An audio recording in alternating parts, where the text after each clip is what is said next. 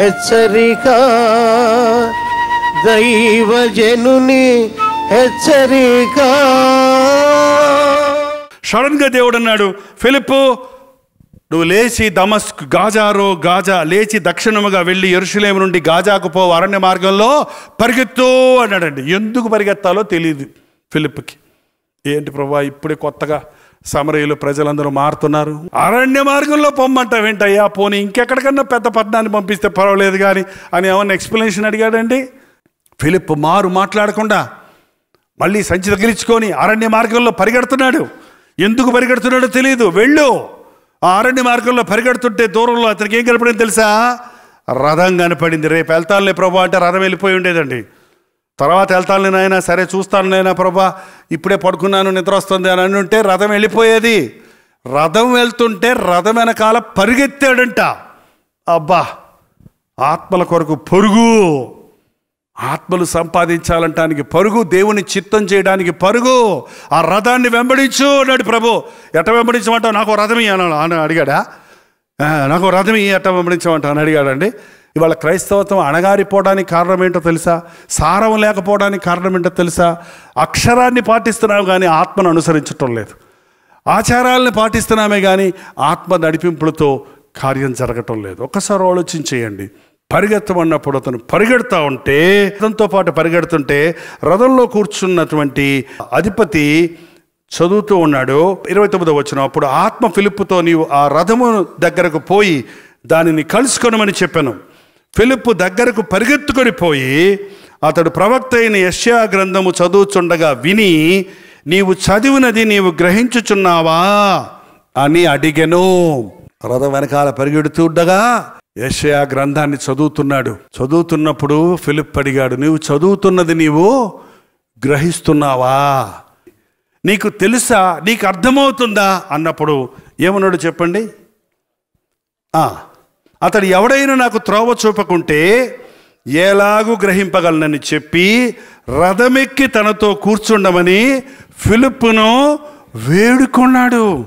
ఒక్కొక్కసారి పెద్దగా ఆరితేరిపోయిన ముసలోళ్ళకు తెలిసిన దానికంటే ఎల్కేజీ స్టూడెంట్ బాగా చెప్పగలుగుతాడు. ఫిలిప్ ఎక్కి కూర్చున్నాడు. ఏం చదువుతున్నాడని చూస్తే ఆయన గొర్రెవల్లే వేదక తేబడను, బొచ్చు కత్తిరించు వాని ఎదుట గొర్రెపిల్ల ఎలాగో మౌనముగా ఉండను, అలాగే ఆయన నోరు తెరవకుండెను అని చదువుతున్న భాగాన్ని చూసినప్పుడు 34వ వచనంలో, అప్పుడు నపుంసకుడు ప్రవక్త ఎవని గురించి ఎలాగో చెప్పుచున్నాడు, తండ్రి గురించియా వేరొకని గురించియా, దయచేసి నాకు తెలుపమని ఫిలిప్పును అడిగాను. ఈ అధిపతి నాకు చెప్పయ్యా, దయచేసి నాకు రక్షణ మార్గాన్ని గురించి చెప్పు, నాకు సమాధాన మార్గాన్ని గురించి చెప్పు, నేను దేవుణ్ణి ఆరాధించాలంటే అసలు దేవుడి గురించి నాకు చెప్పు, నిజ దేవుడి గురించి నాకు చెప్పు. మా ఇథియోపియాలో రకరకాల పద్ధతుల్లో మేము ఉన్నాం. నిజదేవుడు యెరూషలేములో ఉన్నాడని విన్నాం. నేను ఇక్కడికి వచ్చాను కానీ నాకేమీ అనిపించలేదు, ఇక్కడ నాకేం అర్థం కాలేదు. ఇక్కడ ఇదిగో ఈ గ్రంథం చదువుకుంటున్నాను, అర్థం కావట్లేదు నాకు. ఇక్కడ దయచేసి ఇది ఎవరి గురించి? యెషయా ప్రవక్త తన గురించి చెప్పుకుంటున్నాడా, లేకపోతే మరొకరి గురించి చెప్తున్నారా? ఆ మరొకరు ఎవరు, ఏంటి అని అడిగినప్పుడు ఫిలిప్ ఏం చేశాడు చూడండి. అందుకు ఫిలిప్ 35వ వచనం, ఫిలిప్ నోరు తెరిచి లేఖనములను అనుసరించి అతనికి యేసును గురించి సువార్త, యేసును గురించిన సువార్త, నశించుచున్న వారికి వెర్రితనం, సిలువను గురించిన సువార్త నశించుచున్న వారికి వెర్రితనం, కానీ రక్షించబడుచున్న మనకి దేవుని యొక్క శక్తి. సేవకుని నోటులో ఉండవలసింది యేసు నామం, యేసు నామములో ఉన్న శక్తి, యేసు క్రీస్తు చేసిన సిలువ యాగం, యేసు క్రీస్తు ద్వారా లభ్యమయ్యే పరలోక భాగ్యం. ఈ మాటలు చెప్పకపోతే మనుషుల్లో పరివర్తన జరగదండి, పశ్చాత్తాపం కలగదండి, రక్షించబడరు, దేవుని రాజ్య వారసులు కాలేరు.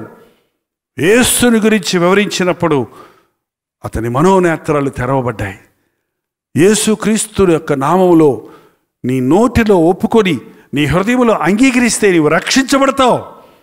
ఆయన నామంలో క్రీస్తుతో పాటు మనం చనిపోయిన ఎడల తిరిగి లేస్తాం. అక్కడ ప్రసంగం అంతా నోట్ చేయలేదు అక్కడ, కానీ ఎంతసేపు వివరించాడో నాకు తెలియదు, కానీ యేసుక్రీస్తు నామములో ఉన్న పాప క్షమాపణ గురించి వివరించినప్పుడు ఎవరో చెప్పకుండాను కానీ ఆ రథం వెళ్తుండగానే అక్కడ నీళ్ళు కనపడితే అవిగో నీళ్ళు, నాకు బాప్తీసం ఇవ్వడానికి అభ్యంతరమో ఏంటి? మీ పాస్టర్ గారు బాప్తీసం తీసుకున్నావా అని మిమ్మల్ని అడుగుతారా, లేకపోతే నాకు బాప్తీసం ఇవ్వండి అని మీరు వెళ్ళి అడుగుతారా? ఇంకెందుకు బాప్తీసం తీసుకోలేదు, తొందరగా తీసుకోండి బాప్తీసం అని పాస్టర్ గారు చెప్తే తీసుకుంటారా?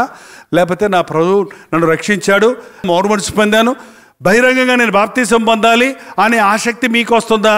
యేసుక్రీస్తు సువార్తని విన్నవాడికండి, నువ్వు బాప్తీసం తీసుకో, నువ్వు రొట్టె ద్రాక్షరసం తీసుకో, నువ్వు ఆదివారం ఆలయానికి రా, నువ్వు పొద్దున్న లేచి రండి బైబిల్ చదువుకో, నువ్వు మోకరించి ప్రార్థన చేసుకో, నువ్వు వారానికి ఒకసారి ఉపవాసం ఉండి ప్రార్థన చేసుకో, నీ హృదయ శుద్ధిని జాగ్రత్తగా కాపాడుకో, నువ్వు సినిమాలు చూడకూడదు, నువ్వు సారాయి తాగకూడదు, నువ్వు అబద్ధాలు ఆడకూడదు, నువ్వు దొంగతనం చేయకూడదు అని చెప్పుకుంటూ కూర్చుంటే వాడు రక్షించబడ్డవాడా రక్షించబడని వాడా? రక్షించబడని వాడికి చెప్పాలి, రక్షించబడిన వాడికి చెప్పనవసరమో లేదు. నీ మనస్సాక్షి నీకు చెప్తుంది. నీవు దేవునితో సమాధాన పడ్డావు కాబట్టి నీ హృదయంలో మార్పు కలుగుతుంది. ఈ రోజున చర్చెస్కి వెళ్ళే వాళ్ళందరూ నిజంగా రక్షించబడిన వారా? యేసు ప్రభువుని నమ్ముకున్నానన్న వారందరూ నిజంగా రక్షించబడ్డారా? నువ్వు ఏం చదువుతున్నావో బైబిల్లో నీకు అర్థమవుతుందా? నువ్వు ఏం చేస్తున్నావో ప్రార్థన నీవు దాన్ని గ్రహించుకుంటున్నావా? నీ భక్తి నిజమైనదేనా? నీ భక్తి నీకు శక్తినిస్తుందా అన్నది తప్పక మనం ఆలోచించేయాలి. ప్రార్థన. పరిశుద్ధుడా, ప్రేమగల తండ్రి, ఒక్కసారి మమ్మల్ని చూడు నాయన. నా నామములో ఏమడిగినా ఇస్తానన్నావు గనుక ప్రతిసారి మాకు సమస్య కలిగినప్పుడు, ప్రతిసారి మాకు వ్యాధులు కలిగినప్పుడు, ప్రతిసారి మాకు కష్టములు కలిగినప్పుడు, ప్రతిసారి మేము దోషములు చేసినప్పుడు మోకరించి నీ నామములో ప్రార్థించే శక్తిని నీ బిడ్డలకు దయచేయి నాయన. ప్రార్థించే శక్తిని దయచేయి నాయన. నీతో సహవాసము కలిగిన భక్తి మాకు దయచేయి నాయన. శక్తినిచ్చే భక్తి మాకు దయచేయి నాయన. మూఢ భక్తి నుంచి మమ్మల్ని విడిపించు నాయన. ఆచార భక్తి నుంచి మమ్మల్ని విడిపించు నాయన. అంతరంగాన్ని శుద్ధి చేయగలిగిన భక్తిని మాకు దయచేయి. విశ్వాసము మాకు దయచేయి. హృదయ శుద్ధిని మాకు దయచేయి. అద్భుత కార్యాలు మా ద్వారా నీ నామాన్ని మహిమపరచినట్లు జరిగించుకొనుము నాయన. నీ పాత్రలుగా మమ్మల్ని వాడుకొని మా చుట్టూ నశించిపోతున్న వారికి మమ్మల్ని ఆశీర్వాదకరముగా చేయము తండ్రి. యేసుక్రీస్తు నామములో అడుగుచున్నాము తండ్రి. ఆమేన్, ఆమేన్, ఆమేన్.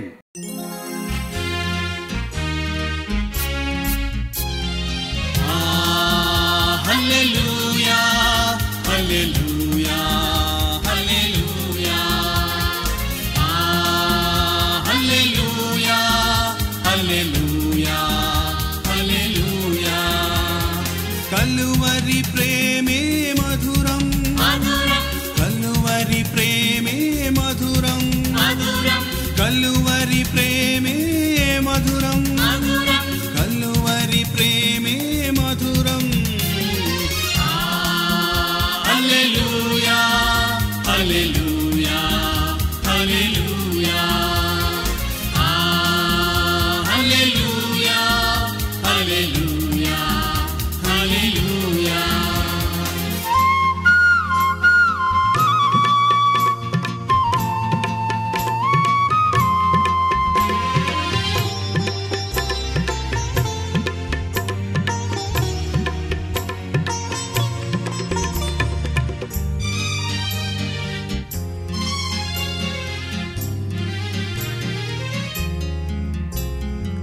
సిలువపైన విలువ త్యాగం చేసినావుగా,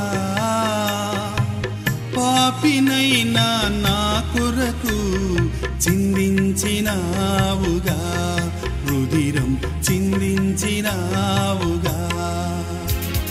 కలువరి ప్రేమే మధురం, కలువరి ప్రేమే మధురం, కలువరి ప్రేమే